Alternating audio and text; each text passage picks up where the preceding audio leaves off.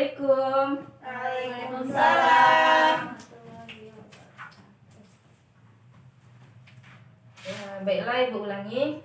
Assalamualaikum warahmatullahi wabarakatuh. Waalaikumsalam warahmatullahi wabarakatuh. Baiklah, apa kabar anak-anak Ibu?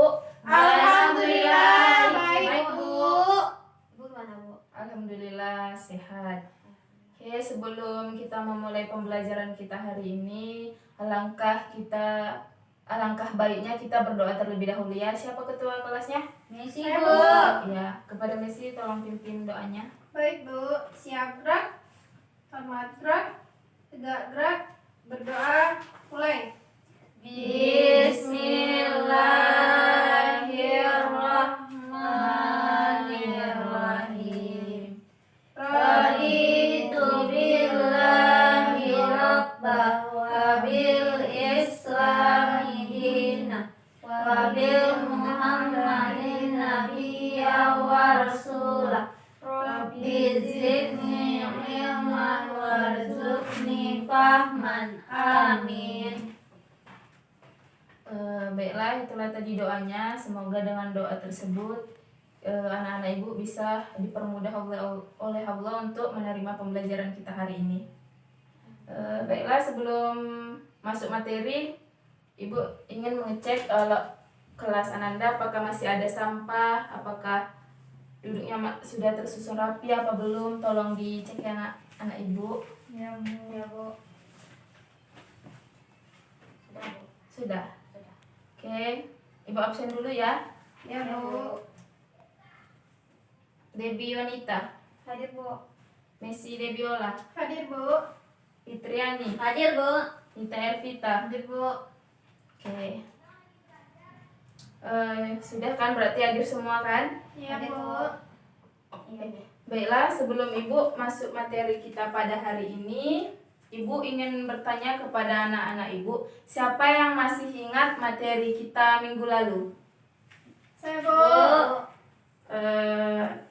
Debbie? Materi minggu lalu yaitu, Bu, tentang kebijakan dan strategi dari Abu Bakar Siddiq, Bu, dan juga Umar bin Khattab. Ya, bagus ya. Jadi materi kita minggu lalu mengenai kebijakan dan strategi yang dilakukan oleh Khalifah Abu Bakar As-Siddiq dan Umar bin Khattab. Siapa yang tahu apa saja kebijakan dari Abu Bakar As-Siddiq?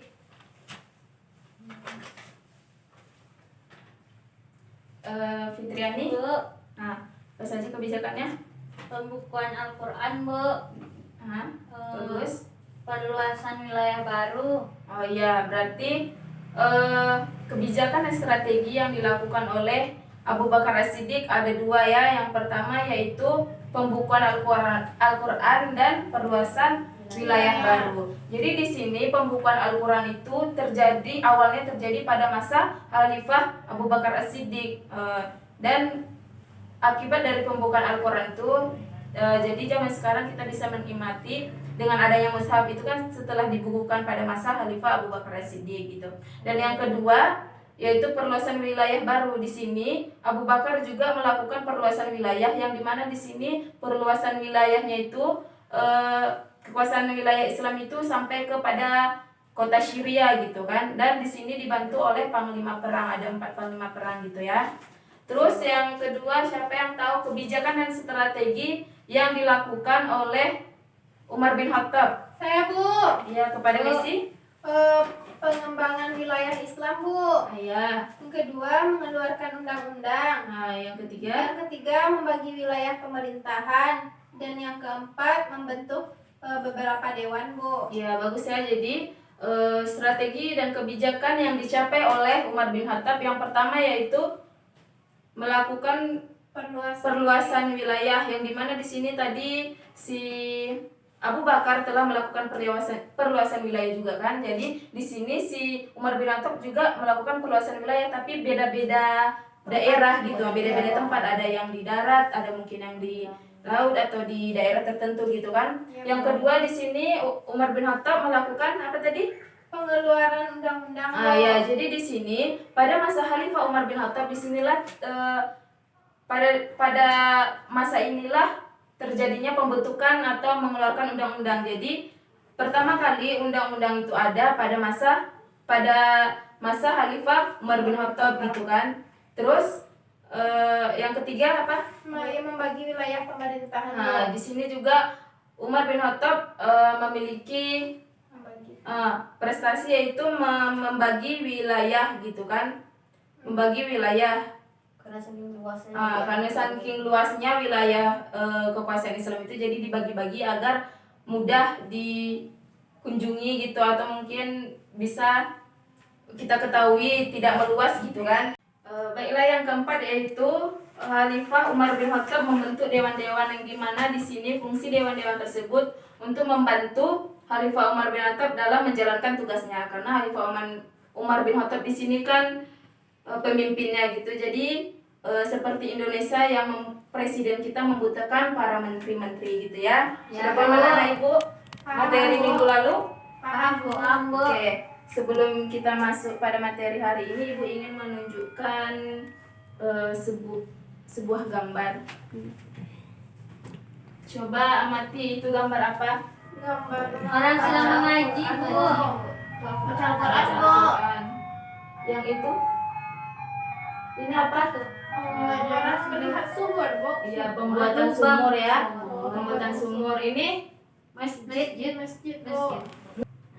Jadi ini tadi ini pertama gambar cara baca Al-Quran, ini masjid, dan ini pembuatan sumur. Jadi dari gambar yang Ibu tunjukkan kepada anak-anak Ibu, jadi di sini ini termasuk kebijakan atau strategi yang dilakukan oleh Utsman bin Affan gitu ya. Ya, Bu. Jadi kita masuk pada materi hari ini mengenai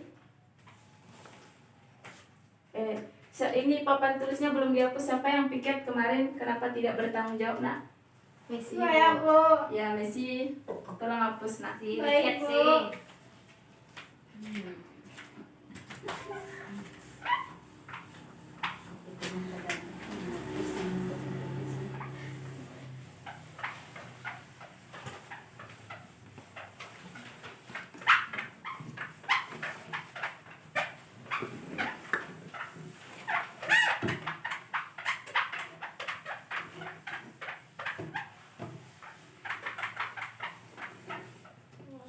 Ya, terima kasih, Messi.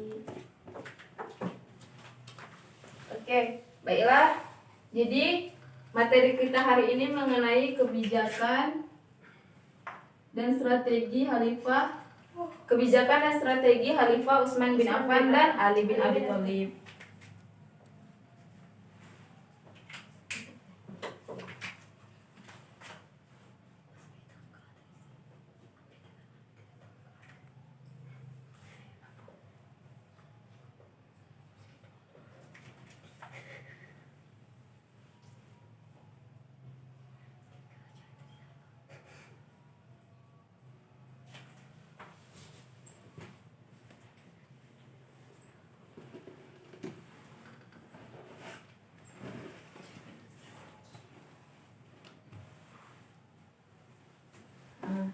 Baiklah, jadi materi kita hari ini mengenai kebijakan dan strategi Khalifah Utsman bin Affan dan Ali bin Abi Thalib. Jadi di sini Ibu akan menjelaskan kepada anak-anak Ibu apa sih tujuan anak-anak Ibu dalam mempelajari kebijakan dan strategi yang dilakukan oleh dua khalifah tersebut. Yang pertama, anak-anak Ibu dapat menjelaskan kebijakan dan strategi dari kedua khalifah tersebut.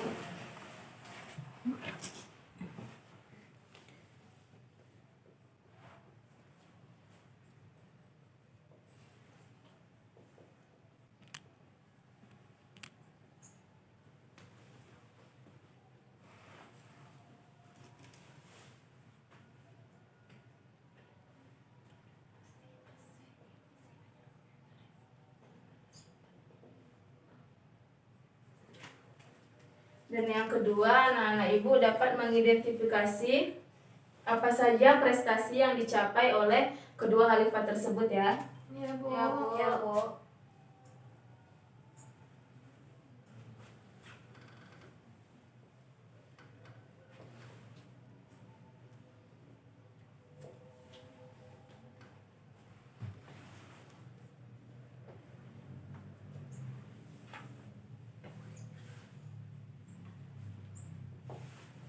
Dan yang terakhir, anak-anak ibu dapat mengambil nilai atau hikmah dari pemerintahan yang telah dilakukan oleh Khalifah Utsman dan Ali.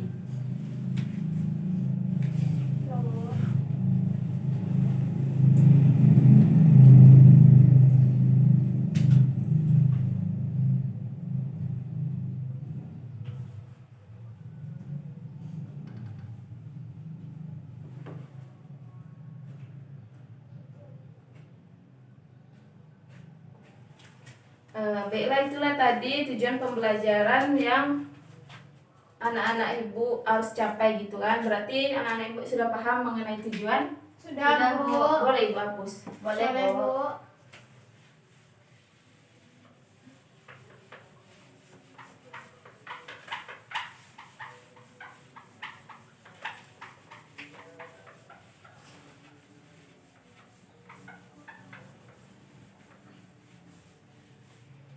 Oke, baiklah.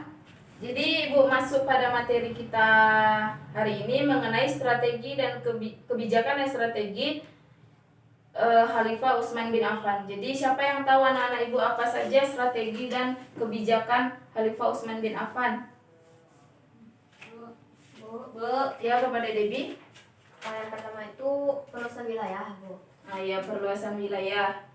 Jadi di sini pada masa Khalifah Utsman bin Affan dilakukan di sini perluasan wilayah, yang dimana di sini perluasan wilayah yang dilakukan oleh Khalifah Utsman bin Affan itu mengenai seberang laut, dimana di sini dia melakukan perluasan wilayah di seberang laut.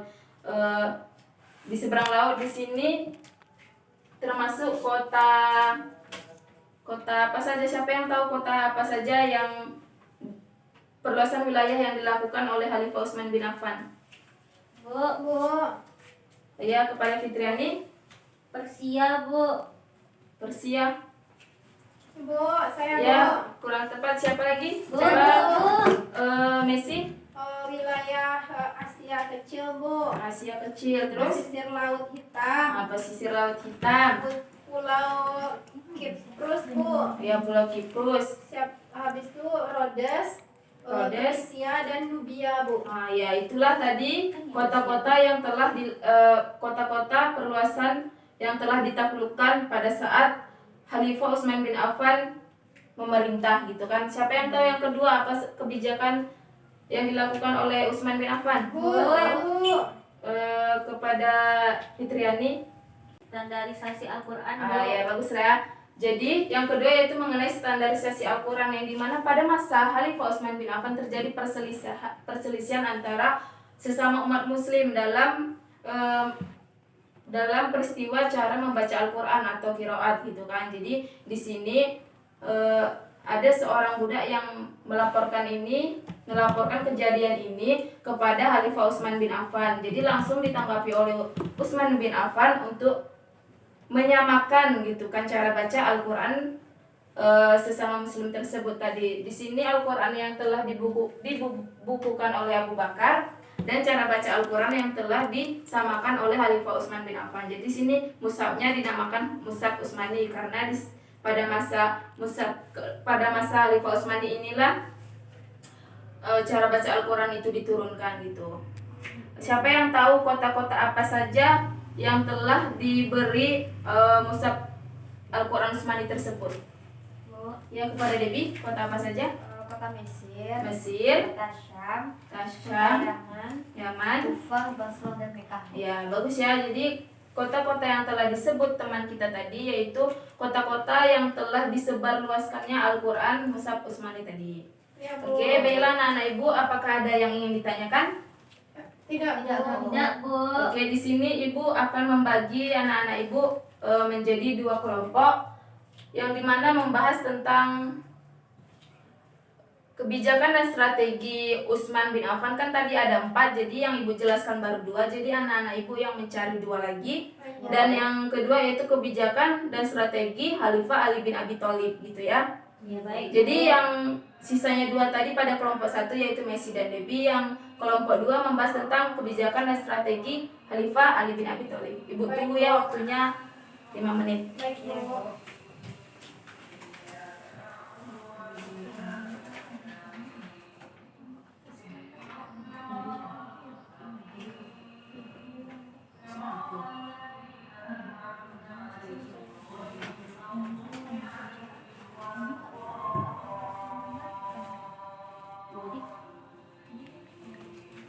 Apakah ada yang ingin ditanyakan Anda?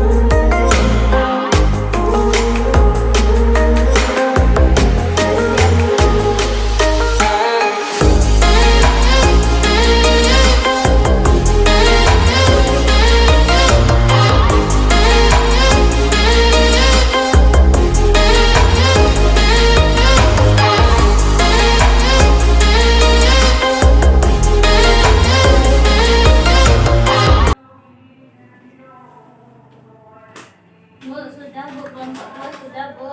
Sudah. Kelompok 1 sudah. Sudah Bu. Oke, kalau sudah siap untuk perwakilan kelompoknya tolong dipresentasikan ke depan. Iya, Bu. Baik Bu. Kelompok 1 dulu Bu.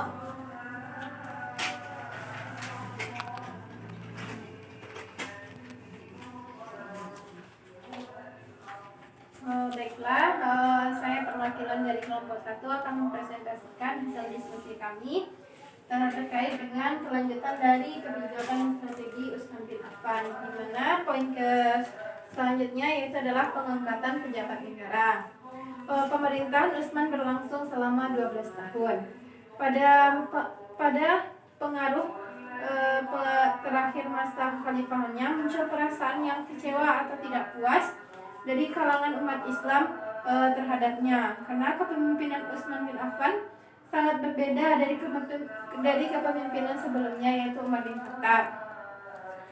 Ini karena umurnya yang lanjut dan diangkat di dalam usia 70 tahun dan sifatnya yang lemah lembut.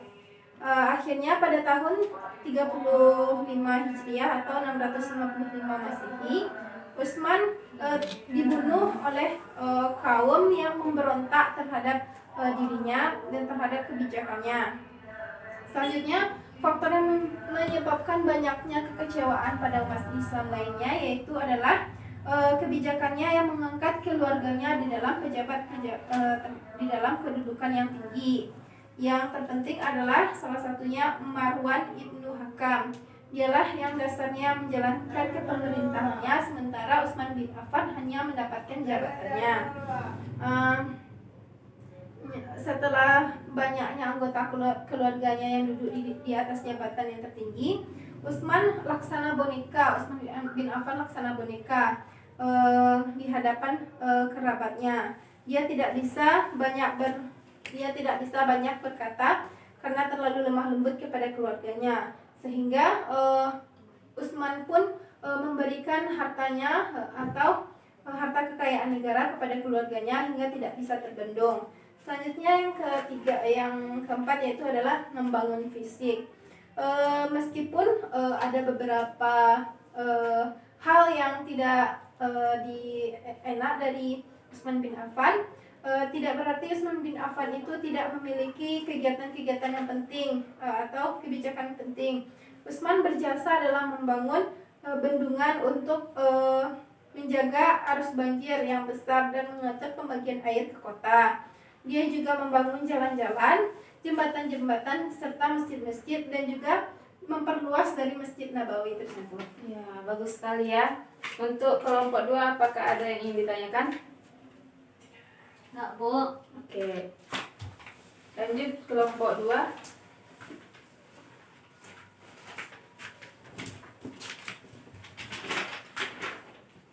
Jadi selanjutnya dari kelompok 2 yaitu tentang kebijakan dan strategi Ali bin Abi Thalib, yang mana kebijakan yang pertama yaitu penggantian penjabatan lama dengan yang baru.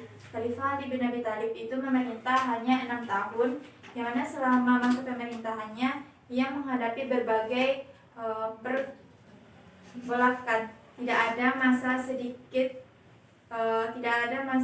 sedikit pun dalam pemerintahannya yang dapat dikatakan stabil setelah menduduki jabatan khalifah. Ali memecat para gubernur yang diangkat oleh Utsman. Dia yakin bahwa pemberontakan terjadi dikarenakan keteledoran mereka. Yang selanjutnya yaitu penarikan kembali tanah hadiah, yaitu Ali juga menarik kembali tanah yang dihadiahkan Utsman kepada penduduk dengan menyerahkan hasil pendapatnya kepada negara dan memakai kembali sistem distribusi pajak tahunan di antara orang-orang Islam sebagaimana pernah diterapkan oleh Umar bin Khattab. Selanjutnya akan dilanjutkan oleh teman saya, Bu.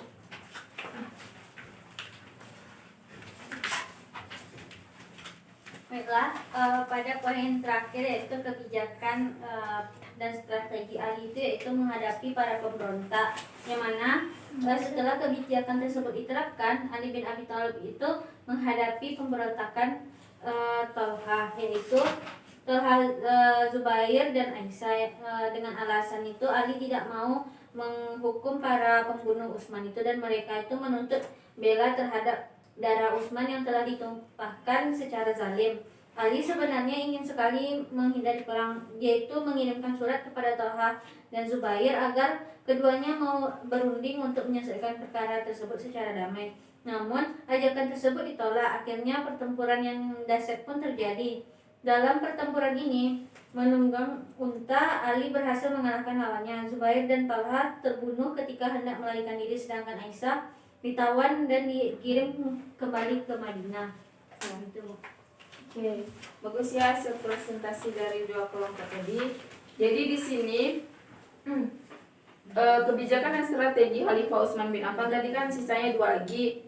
Yang pertama itu pengangkatan pejabat negara, yang dimana di sini Utsman bin Affan itu memerintah selama 12 tahun, tetapi di akhir masa pemerintahannya umat muslim itu rasa kecewa dan kesal gitu kan.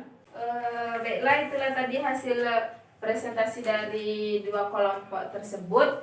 Jadi di sini Ibu akan mengulas sedikit. Jadi tadi sisa dua lagi ya mengenai kebijakan dan strategi Khalifah Utsman bin Affan, Ya, Bu. yaitu pengangkatan pejabat negara yang ketiga. Jadi pengangkatan pejabat negara. Jadi Khalifah Utsman bin Affan ini memimpin selama 12 tahun. Tapi pada akhir masa pemerintahannya, Khalifah Utsman bin Affan ini banyak yang kecewa kepadanya gitu kan, umat muslim gitu, karena kepemimpinannya yang agak ribet gitu, karena mungkin dia karena faktor umur yang udah tua, jadi dia tidak semangat lagi dalam memerintah. Jadi di sini dia memilih atau menunjuk keluarganya sebagai pejabat-pejabat negara, yang di sini salah satu yang terpenting yaitu Marwan Ibnu Hakam. Jadi di sini Marwan Ibnu Hakam itu sebagai pejabat negara, yang dimana di sini Khalifah Utsman bin Affan ini selayaknya sebagai boneka gitu, hanya bisa mengiyakan apa yang dikatakan oleh Marwan Ibnu Hakam ini. Dia tidak terlalu ikut berpartisipasi dalam memerintah gitu kan.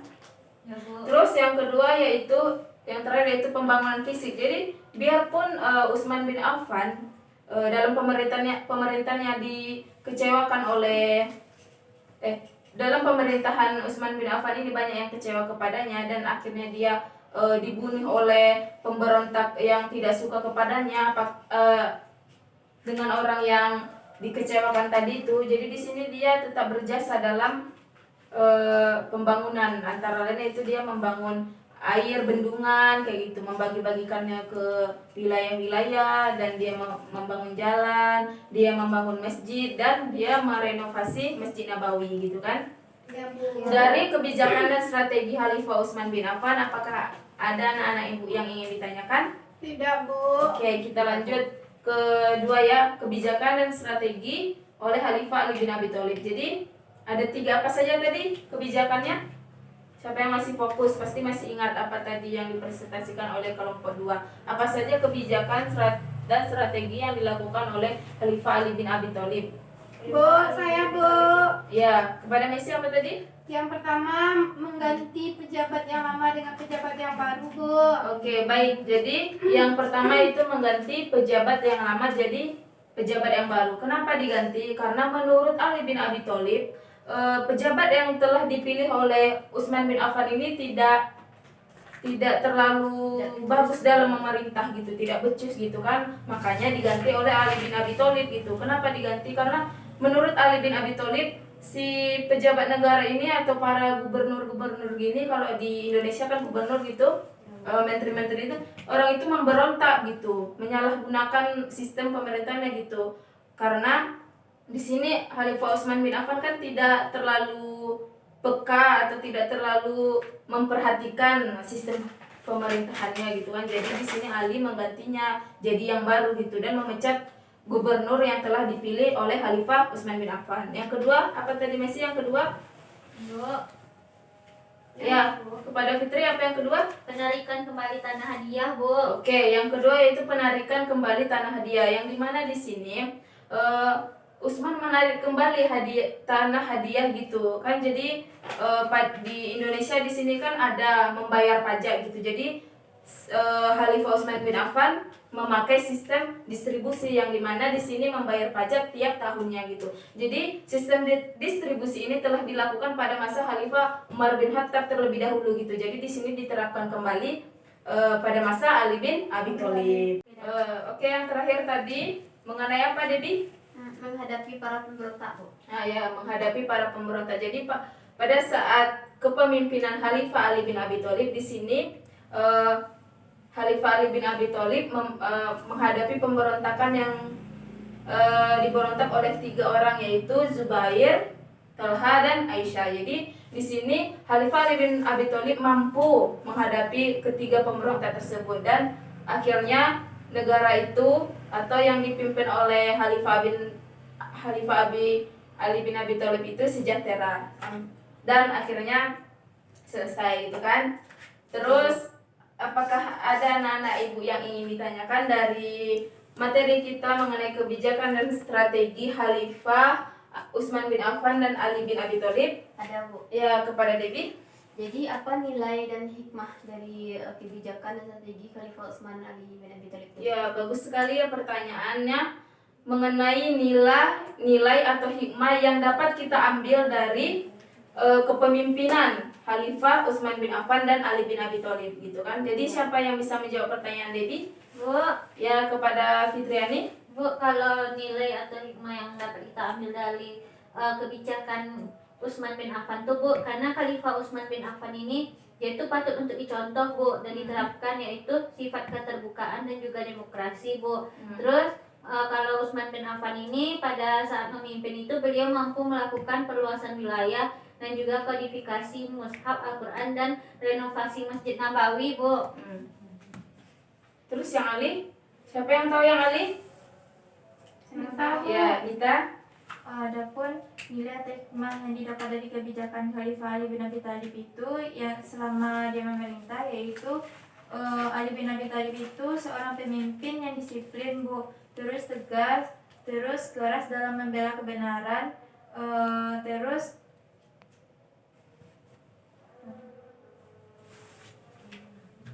dah, Bu, itu aja, Bu. Oh iya, bagus ya. Jadi nilai atau hikmah yang dapat kita ambil dalam peristiwa kepemimpinan dari Khalifah Utsman bin Affan dan Ali bin Abi Thalib yaitu yang pertama, kita tahu kan Khalifah Utsman bin Affan itu dia memiliki sifat keterbukaan dan dia bisa berdemokrasi gitu kan. Dia saat memimpin itu bagus gitu, walaupun tadi ada masalah sedikit tapi dia ada jasa gitu, ada jasa dia kan dalam memimpin gitu. Yang kedua Ali bin Abi Thalib. Jadi Ali bin Abi Thalib ini terkenal dia disiplin, tegas, keras dalam memimpin dan dia juga bertanggung jawab. Jadi itulah nilai atau hikmah yang dapat kita ambil dari kebijakan strategi Khalifah Utsman bin Affan dan Ali bin Abi Thalib. Apakah anak-anak ibu sudah paham? Sudah, Bu. Oke, kalau sudah paham, ibu akan menguji kepemahaman anak-anak ibu dengan kuis ya. Baik, Bu. Kuisnya secara lisan, siapa yang dapat duluan akan ibu tambah nilainya ya. Baik, Bu. Oke, kuis yang pertama. Berapa lama Khalifah Utsman bin Affan memerintah? Bu, Ya, kepada Messi. selama 12 tahun, Bu. Ya, bagus ya. Selama 12 tahun. Kuis yang kedua. Apa saja kebijakan dan strategi yang dicapai oleh Khalifah Utsman bin Affan? Bu, Ya, kepada Debbie, apa saja? yang pertama itu perluasan wilayah. Ya, oke. Yang kedua. Kedua, Standarisasi Al-Quran, Bu. Ya. Siapa yang tahu lagi? Bu. Lihat aja. Iya, Bu. Ya bagus. Ya Fitri, apa yang ketiga? Pengangkatan pejabat negara, Bu. Iya, pengangkatan Dengan pejabat negara dan pembangunan fisik, Bu. ya bagus ya. Jadi kebijakan dan strategi Khalifah Utsman bin Affan ada 4. Yang pertama itu Perluasan wilayah. perluasan Bu. wilayah, yang kedua standarisasi Al-Quran, yang ketiga itu pengangkatan pejabat negara, yang keempat pembangunan fisik. Oke, baiklah. Kuis yang ketiga, berapa lama Khalifah Ali bin Abi Thalib memimpin? Kepada Nita, 5 tahun, Bu. ya 5 tahun. Dari tahun berapa ke tahun berapa? Dari tahun 656 sampai 661 Masehi, Bu. Ya bagus ya. Terus kuis yang terakhir, apa saja kebijakan dan strategi yang dicapai oleh Khalifah Ali bin Abi Thalib? Bu. Ya, kepada Fitriani. Nah, yang pertama itu penggantian pejabat lama dengan yang baru. Yang kedua, penarikan kembali tanah hadiah. Yang ketiga, menghadapi para pemberontak, Bu. Oke, baik. Jadi kebijakan dan strategi yang dicapai oleh Ali bin Abi Thalib ada 3. Yang pertama, penggantian pejabat lama ke yang baru. Yang kedua itu penarikan tanah hadiah. Yang ketiga yaitu melawan pemberontak ya. Oke. Ya, Bu. Berarti anak-anak itu sudah paham ya dari kuis tadi. Insyaallah, Bu. Jadi sebelum Ibu menutup, Ibu ingin 1 orang yang dapat menyimpulkan. Jadi nanti situ Ibu akan memberi nilai plus di absen. Siapa yang mau dan siapa yang ingin dapat nilai? Siapa yang bisa? Siapa yang bisa? Saya, Bu. Ya, kepada Debbie. Baiklah, Bu. Jadi kebijakan dan strategi Khalifah Utsman bin Affan Ali bin Thalib itu yang pertama yaitu tentang Khalifah Utsman, Bu. Ya. Kebijakannya ada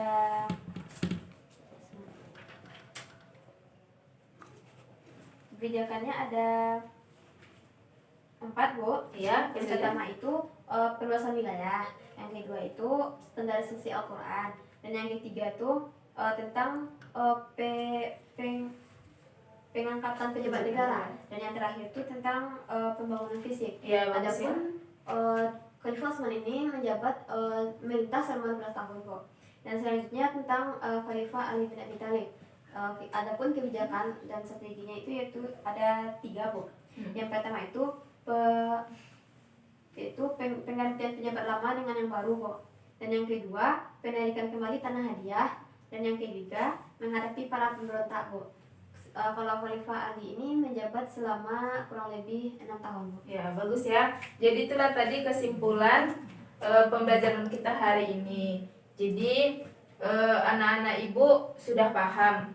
Ibu harapkan sudah paham. Jadi inilah materi kita terakhir pada kelas 10 semester 2. Jadi minggu depan anak-anak Ibu akan mengikuti ujian semester ya. Ya, Baik, Bu. naik kelas berarti, Bu.